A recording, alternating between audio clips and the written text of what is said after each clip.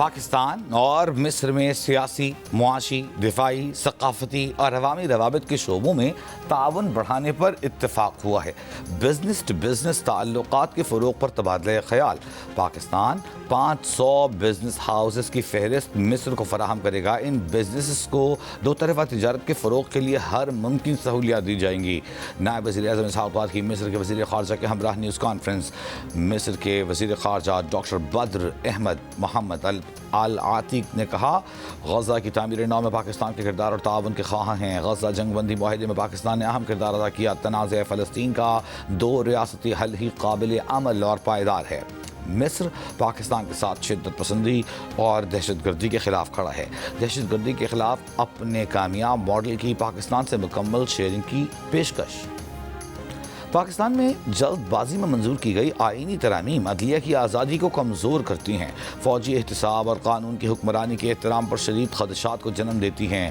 اقوام متحدہ کے ہائی کمشنر برائے انسانی حقوق والکر ٹرک کا پاکستان میں 27ویں ترمیم پر تشویش کا اظہار۔ ایک بیان میں کہا، جس کی تقرری ترقی اور تبادلے کے نظام میں تبدیلیوں سے عدلیہ کو سیاسی مداخلت اور انتظامی کنٹرول کا خطرہ لاحق ہو گیا ہے۔ وسیع پیمانے پر دیا جانے والا استثناء مسلح افواج پر جواب دہی کے جمہوری کنٹرول کو کمزور کرتا ہے۔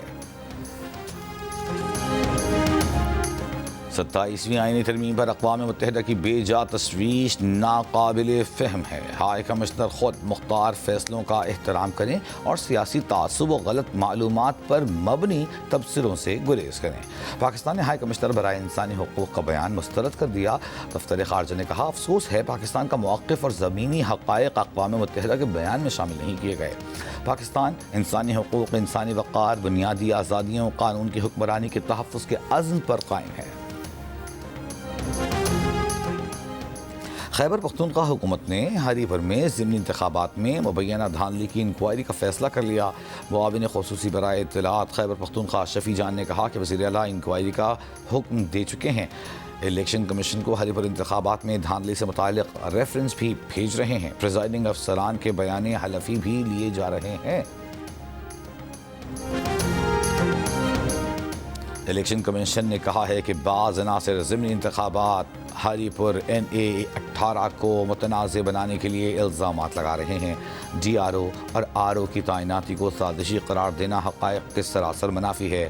ضمنی انتخاب میں اسی ایریا میں تعینات الیکشن کمیشن افسران کو DROز اور ROز مقرر کیا گیا۔ الیکشن مکمل ہونے کے بعد تنازعات کے حل کے لیے مختلف فورمز موجود ہیں۔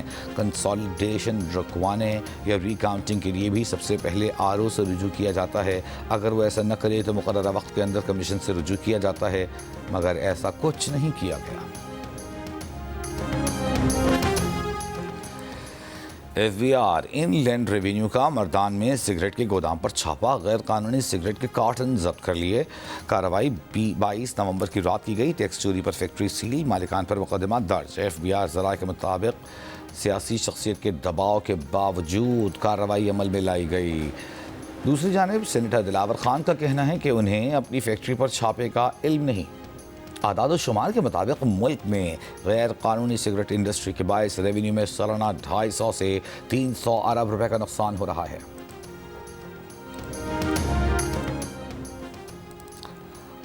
وزیر اعلیٰ مریم نواز نے لاہور ڈیولپمنٹ پلان کے دوسرے فیز کا باقاعدہ آغاز کر دیا۔ لاہور کی 6284 گلیوں کی مکمل اپ گریڈیشن کی جائے گی۔ مریم نواز نے کہا کہ لاہور کی ترقی کے حوالے سے معیار پر کوئی سمجھوتہ نہیں کیا جائے گا۔ شہر کے ہر کونے کو اب ٹوٹ پھوٹ سے آزاد اور شہریوں کے لیے باعزت بنایا جائے گا۔ وزیر داخلہ محسن نقوی کا ٹی چوک فلائی اوور، شاہین چوک انڈر پاس، فیض آباد انٹرچینج پروجیکٹس کا دورہ۔ 3 میگا عوامی منصوبوں کی تعمیراتی سرگرمیوں کا معائنہ۔ وزیر داخلہ کی فیض آباد انٹرچینج پر ٹریفک روانی کو مزید بہتر بنانے کے لیے لوپ 1 اور لوپ 2 کو 3 لینز کرنے کی ہدایت۔ محسن نقوی نے کہا، منصوبوں کو جلد مکمل کرنے کے لیے تمام وسائل بروئے کار لائے جائیں۔ پروجیکٹس کی خوبصورتی بڑھانے کے لیے دونوں اطراف لینڈسکیپنگ کی جائے، لائٹس لگائی جائیں۔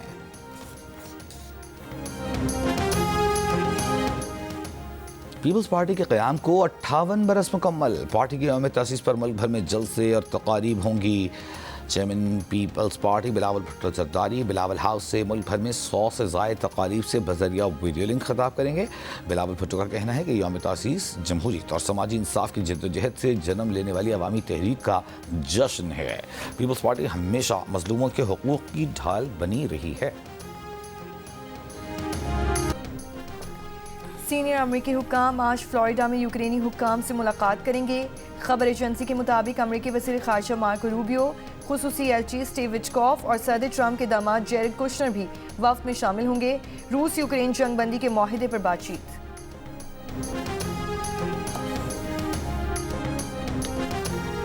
کیتھولک مسیحیوں کے مذہبی پیشوا پوپ لیو نے استنبول کی مشہور 6 میناروں والی نیلی مسجد کا دورہ کیا۔ پوپ لیو احتراماً جوتے اتار کر مسجد میں داخل ہوئے اور قدیم مسجد کی تزئین و آرائش کو سراہا۔ پوپ لیو ترکی کے 4 روزہ دورے پر ہیں۔ آسٹریلیا مصنوعی ذہانت کے دور میں بچوں پر سوشل میڈیا پابندی لگانے والا پہلا ملک بن گیا۔ 10 دسمبر سے سوشل میڈیا کمپنیز اس بات کی پابند ہوں گی کہ آسٹریلیا کے 16 سال سے کم عمر بچے ان پلیٹ فارمز پر اپنا اکاؤنٹس نہ بنا سکیں۔ حکومت کا کہنا ہے کہ قانون بچوں کو ایسے الگورتھم سے بچانے کے لیے ہیں جو انہیں نقصان دہ مواد دکھاتے ہیں۔ برطانوی ڈرامہ نگار سر ٹام اسٹاپرڈ 88 برس کی عمر میں انتقال کر گئے۔ ٹام اسٹاپرڈ نے اپنے ڈرامے شیکسپیئر ان لو کے لیے آسکر اور گولڈن گلوب ایوارڈز اپنے نام کیے۔ ٹام اسٹاپرڈ کو تھیٹر اور ادبی خدمات کے اعتراف میں 1997 میں سر کا خطاب دیا گیا۔ سعودی عرب 2026-27 کے لیے انٹرنیشنل میری ٹائم آرگنائزیشن کاؤنسل کا رکن بن گیا۔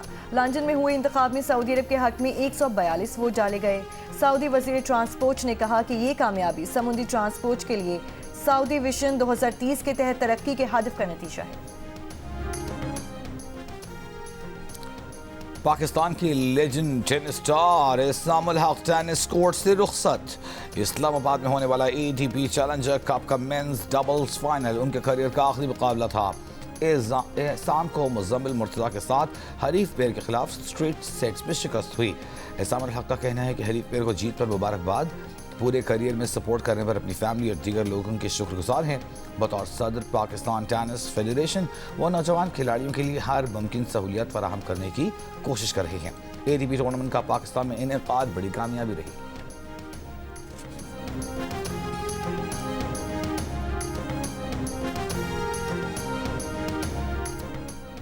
پاکستان کے لیجنڈ ٹینس کھلاڑی اسام الحق نے اپنے کیریئر کے دوران ملک کے لیے سب سے زیادہ 18 ATP ورلڈ ٹور ٹائٹل جیتے۔ 28 ATP چیلنجر ٹائٹل ان کے نام رہے۔ ٹینس سٹار نے ڈبلز میں 17 ITF فیوچر ٹائٹلز بھی اپنے نام کیے۔ اسام الحق نے سنگلز میں بھی 5 ITF ٹائٹل حاصل کیے۔ ایک ATP چیلنجر ٹائٹل بھی اسام الحق نے حاصل کیا۔ وہ ڈیوس کپ میں سنگلز، ڈبلز اور مجموعی طور پر سب سے زیادہ میچ جیتنے والے پاکستانی کھلاڑی بھی ہیں۔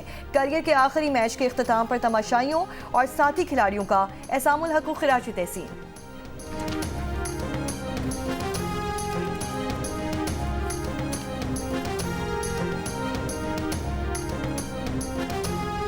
پاکستان ماسٹرز اور آسٹریلیا ماسٹرز کراچی میں جاری اوور 40 T20 ورلڈ کپ کے فائنل میں پہنچ گئے۔ آسٹریلیا نے جنوبی افریقہ اور پاکستان نے امریکہ کو شکست دی۔ میچز جیو سپر پر براہ راست نشر کیے گئے۔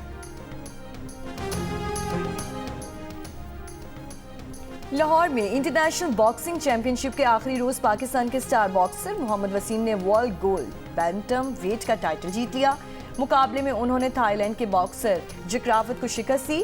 وزیر اعلیٰ پنجاب مریم نواز کی باکسر محمد وسیم کو ٹائٹل جیتنے پر مبارکباد کہا۔ محمد وسیم نے ملک و قوم کا سر فخر سے بلند کر دیا۔